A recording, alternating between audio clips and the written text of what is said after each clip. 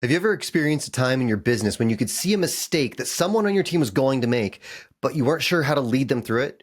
It's exactly what I talked with today's guest about, how to lead without rescuing.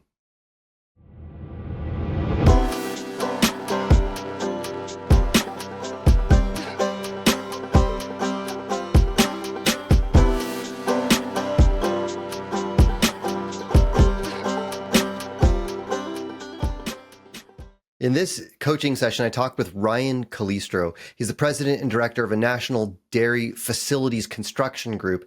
And after scaling his family's dairy equipment business and then leading it through several mergers, Ryan now oversees a multi-brand organization. And in this coaching conversation, Ryan opened up about one of the hardest parts of leadership, learning to ask better questions, create space for growth, and then allowing his team to experience non-fatal consequences that ultimately build strength. What I told you in preparing for this was I wanted you to just come with, hey, what's one thing? Like if you could walk away from today with one moment of insight or clarity around something that you're struggling with in leadership or in business or with your team right now, what would it be?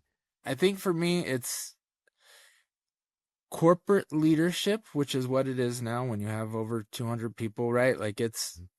I've gone from a private, small to mid size business at the size it is now and it feels very much corporate at this point. And so things don't move at the speed of a small business, right? So, and your influence is less, and you need a full team to accomplish the goals and what you can see needs to happen. And sometimes, like from the book Multipliers, I don't know if you guys have read that one, but from Multipliers, right? Like sometimes you got to let people learn, not suffocate people. And I am struggling with some things that I can see that are issues within the company that I would love to just dive in and address. And I have to let things play out and let people fail and learn when I can see that the failures are coming, which is going to put the company even farther behind I talked about not quite being at that mountain, right? So Yeah. some of those failures are going to put us farther behind getting to where I'm trying to get us to go as a company. But I feel like I have to sit on my hands and let some of those things happen in order for the growth and in order for to get the rest of the team's buy-in on some of the things that I want to change and go forward with. So I think that is the main thing I'm struggling with right now. Like leading this size of companies is new for me.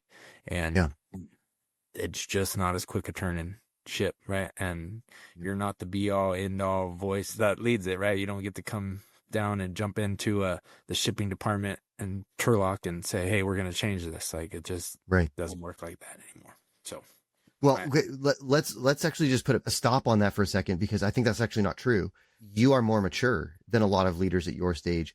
Many leaders are still trying to do exactly what you just said. Pop into Turlock, talk to the shipping department, micromanage everything, and it's not actually good for their team. So at least you're in a stage where you're trying to get away from some of that. I know it's hard, but a lot of people are not where you are right now. So that's actually, you're standing on a solid foundation. No, I appreciate that. I do struggle with it daily. Like there's things I want to deal with and I have to talk myself down from it every day. And I don't know if it's the right thing. That's the thing. Yeah. Like, I don't know if it's the right thing. I don't know if letting us go backwards a little bit is the right move, you know? Let me ask you some questions to walk you through this a little bit. So you mentioned Multipliers. For those of you who are listening, if you have not read Multipliers or at least listened to the audiobook, it's by Liz Wiseman. Absolutely phenomenal read, where it will walk you through some of the common mistakes and superpowers of the best leaders, some of the most renowned companies in the world. The summary of the book is they found that the best leaders, the ones that people appreciate the most and enjoy working for the most, are not the soft, cuddly, fuzzy, warm sort of leaders. They're the ones that actually can be hard on their team sometimes, but they do it out of love and they do it in a way that actually helps them to grow. They're not enablers by any means. And Ryan, I think, fits that sort of multiplier sort of leader really, really well. So Ryan, you referred to the section where she talks a lot about the tendency or the temptation for leaders to come in and rescue. And you're dealing with that right now, right? Like you can see what's coming on. she tells the story of in Hawaii once, they're there with her family and she's got some young kids and she can see huge beach rollers coming in for her like 4-year-old. Yep. And the temptation is like after she's instructed her kid a bunch of times, hey, honey, like don't go down that close. Those waves they're going to hurt. She eventually had to just let her kid get rolled around a little bit, of course, within her safety. And so the question I want to ask you is there a way for you to help your team experience the consequences of failure, but in a non-fatal way? Like, how could you lead them to that? I'm feeling like leading them to it is by pointing out the things that I'm concerned about, a concern that they're headed towards, so that they can see them when they realize them on their own. But I don't think I can change the course or the direction, right? There is another issue with corporations is having a board to report to, having an ownership group to report to, right? And so there's a lot of politics within that too, where you have to manage the team that necessarily you didn't put in place too, right? So you have to dance around some of that too. So the best I can do is kind of point out the things that I'm concerned about and then let those either come to fruition or not come to fruition. Like I said when I started this, like maybe I'm wrong about some stuff. Maybe they are right? And I have to let some of that play out to see if things work out, or if I did point it out and it does go that way, then there's some realization there, So how much of the results that you're afraid of actually roll up to you? Like, how much of this is company trajectory versus things that you're actually responsible for delivering as part of the sales organization? it's revenue, right? So we've broke it up into business development. On the executive chair, we have business development, we have operational, and we have sales, and we have financing and accounting and whatever, admin. So it's basically four levels at the top. We added the business development side of, it's not just operational, sales and admin. We added the business development because we're growing and acquiring other businesses. So we needed some focus there. So as the sales org, I'm responsible for revenue and all our business centers, right? We have 8 businesses, 8 separate businesses that roll up, right? So some of the concerns I'm talking about are at individual locations that are operational, that I have to let the operational team find out. So say you lose a really good technician that's tied to the market and that people know that guy, right? But he's not happy with some of the things that is happening, so he leaves. That revenue is going to follow it. I mean, it just is. These are agricultural, small, tight-knit communities, right? It's not, it's not like all relationship. It's not like we're an HVAC company that, the technician doesn't have a relationship for whatever address. It's right. It's all relationship driven. Somebody will choose a less operational excellent company for the relationship, knowing they're getting a lesser product if the product is the execution of the service. Because they trust Joe. Yes, because that's their guy. Yeah. That's their guy. So in the agricultural world, that's how it is. So I have to watch some of that revenue drop, which is, you have to check your pride and ego at the door, because I'm ultimately like, if revenue drops, that looks back. Reflection of you. Yes. You have to be careful to say, well, if we lose revenue, right? And you also don't want to manifest somebody's failure, right? So you have to root for them and understand that they're making choices on the operational side that could impact everything without manifesting a failure. If you think something is a failure, you can't be talking about it. You have to look aligned to your team, right? While knowing you might have to take some stuff on the chin. So that's, it's, like you said earlier, that all comes with maturity and growth and all that, but it does, is tough on your hands. I'm going to challenge you on something. Yeah. I think it's your job as the leader. We don't ever want to fail in silence. Yeah. Like, let that soak for a second, because I think that sometimes, and I'm not accusing you of this by any means, but I think sometimes in our zeal to go, oh, well, I don't want to be a micromanager, I don't want to be a rescuer, we can also just kind of step back and fold our arms and just wait for the disaster to happen and then use it as a learning experience. But I want to challenge you, like, how could you lean into what you see is potentially an oncoming train and help them to have the aha moment before they have the oh crap moment? Yeah.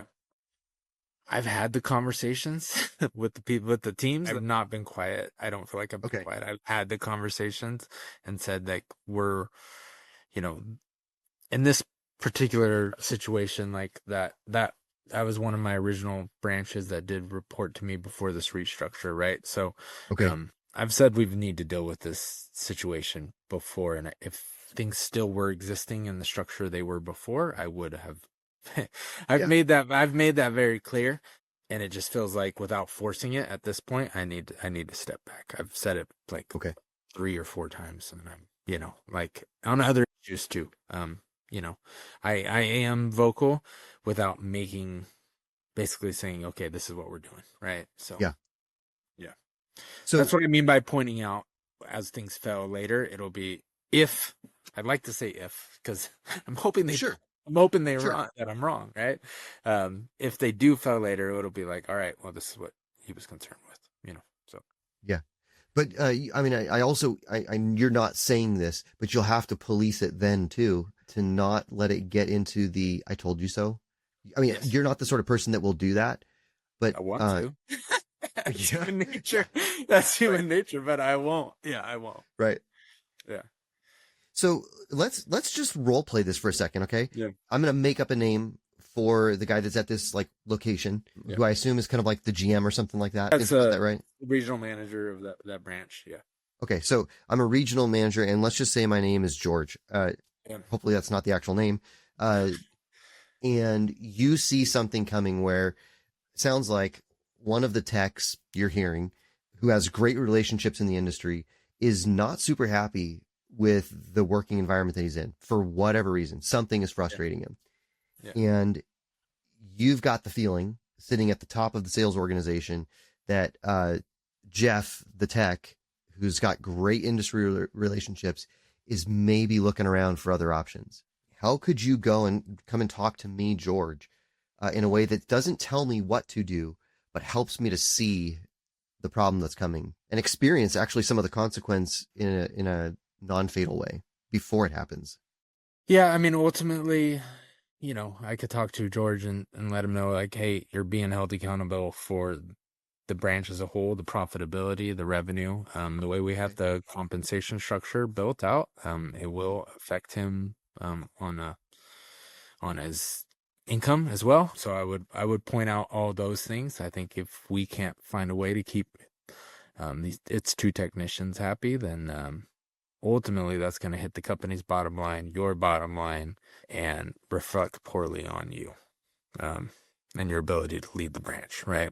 That's the conversation I would have. All right. So what I didn't hear you say is use lots of questions. So I 100%, like, it's good to remind somebody of the results they're responsible for.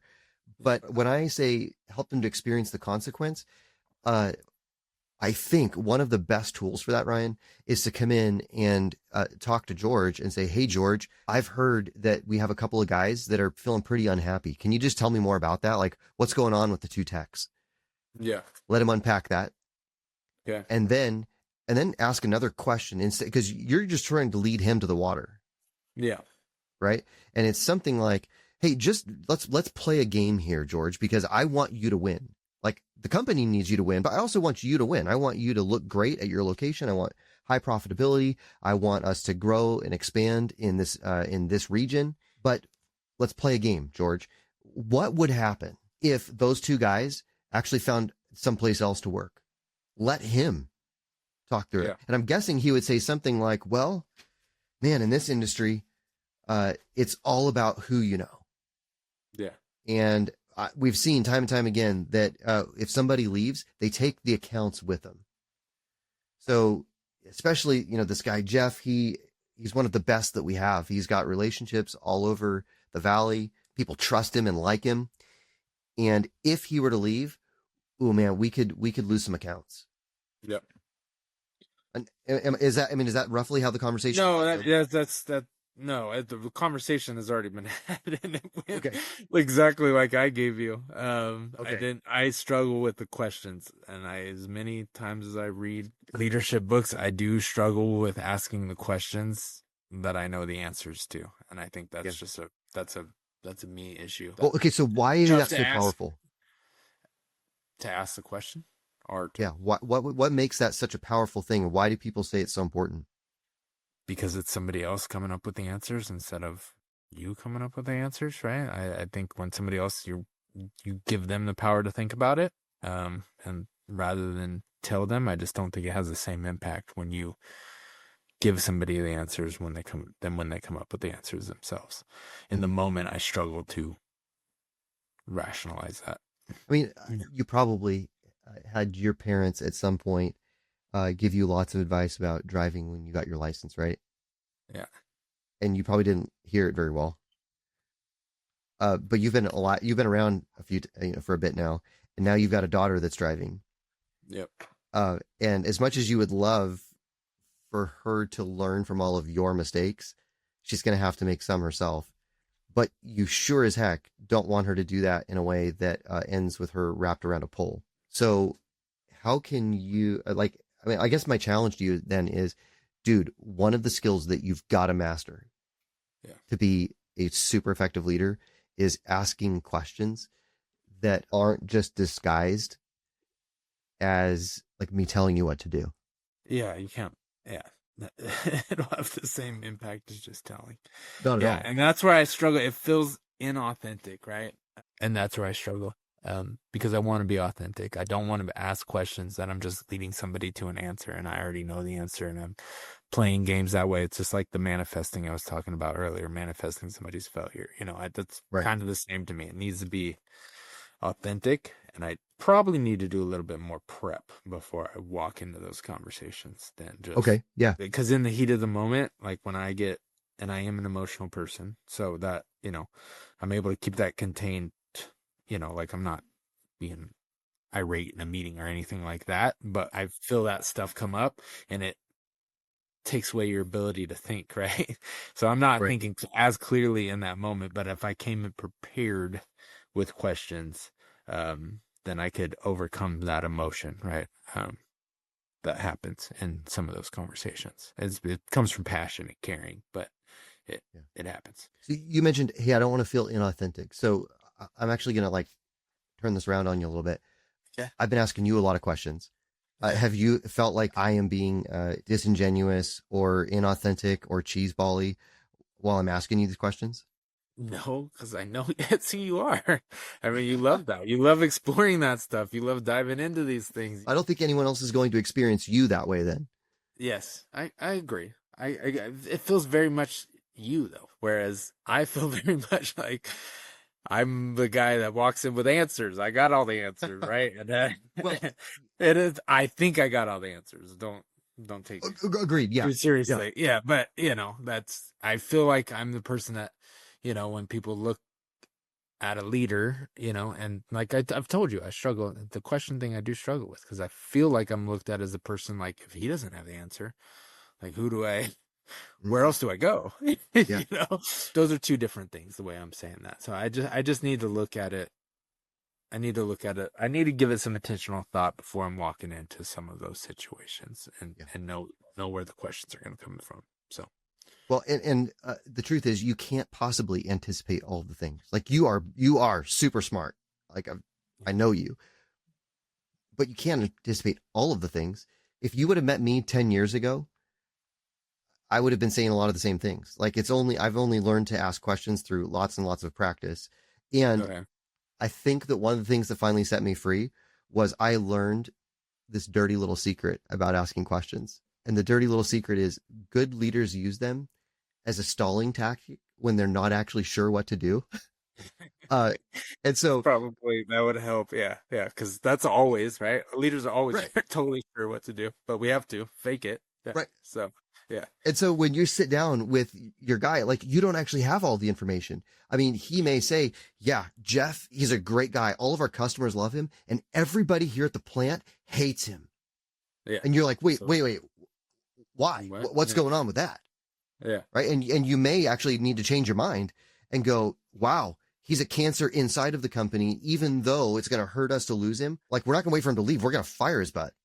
Like that might be what you actually come to. And that's not what you entered that meeting with because you got new information. Thinking I knew it all. Yep. Yeah. How was this so far? I mean, where you started was, dude, I want to just jump in and rescue.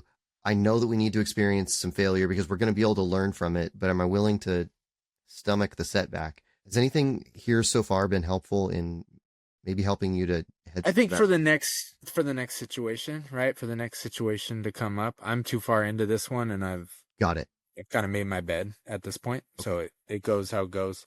The techs did leave. They went out on their own. There's 2 of them. So we'll see. It is already. Oh shoot. Okay.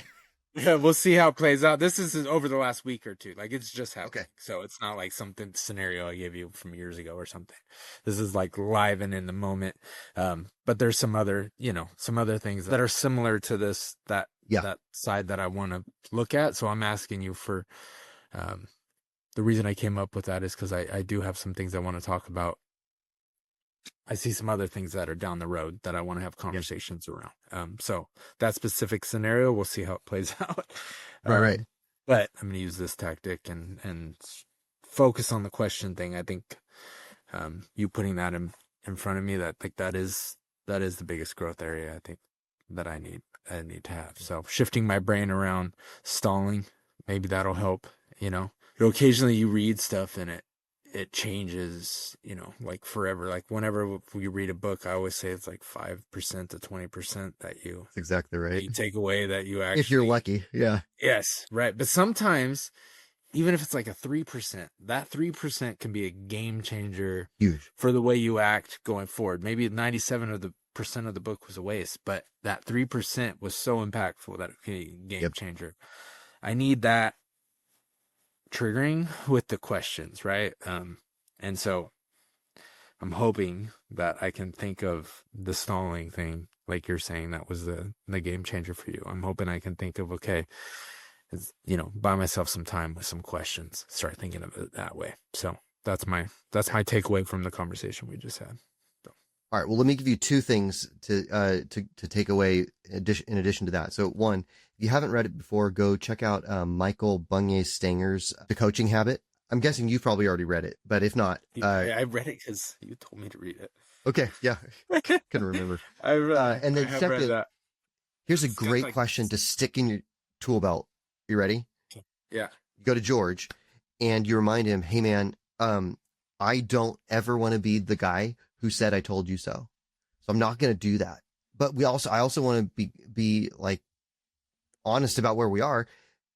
The results that we got are not what we hoped for. So George, like knowing what you know today, what would you do differently to affect a different outcome? And let him wrestle through that. And you can be the coach that kind of guides him through, because dude, don't waste this learning opportunity. And frankly, that's a good question to ask yourself too, actually, maybe with the journal and a pen. Hey, knowing what I know now, what would I have done differently? Yeah, it's always a good question. Cool. Well, Ryan, is there anything else you want to cover today? No, I appreciate your guys' time and helping me out through some of that.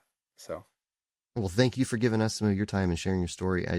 Here's what I already know. There's going to be some business leaders that are probably staring down the barrel of something similar, and they're going to really benefit from hearing your story and learning from both your wins and some of the things you could have done better. So thanks for sharing your time with us. Yep. Appreciate it. What a powerful conversation, right?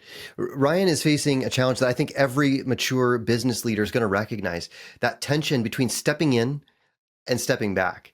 And he knows that his team needs to learn, but he's discovering that the path to growth isn't always just giving the answers.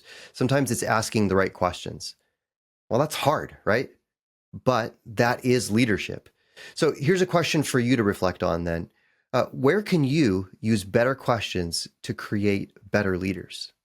Now, if that hits home for you, I'd love to help. And I do that by asking you better questions to help you see where you need to focus and grow. So if that sounds interesting to you, then you can just schedule a 15-minute chat using the link in the show notes below.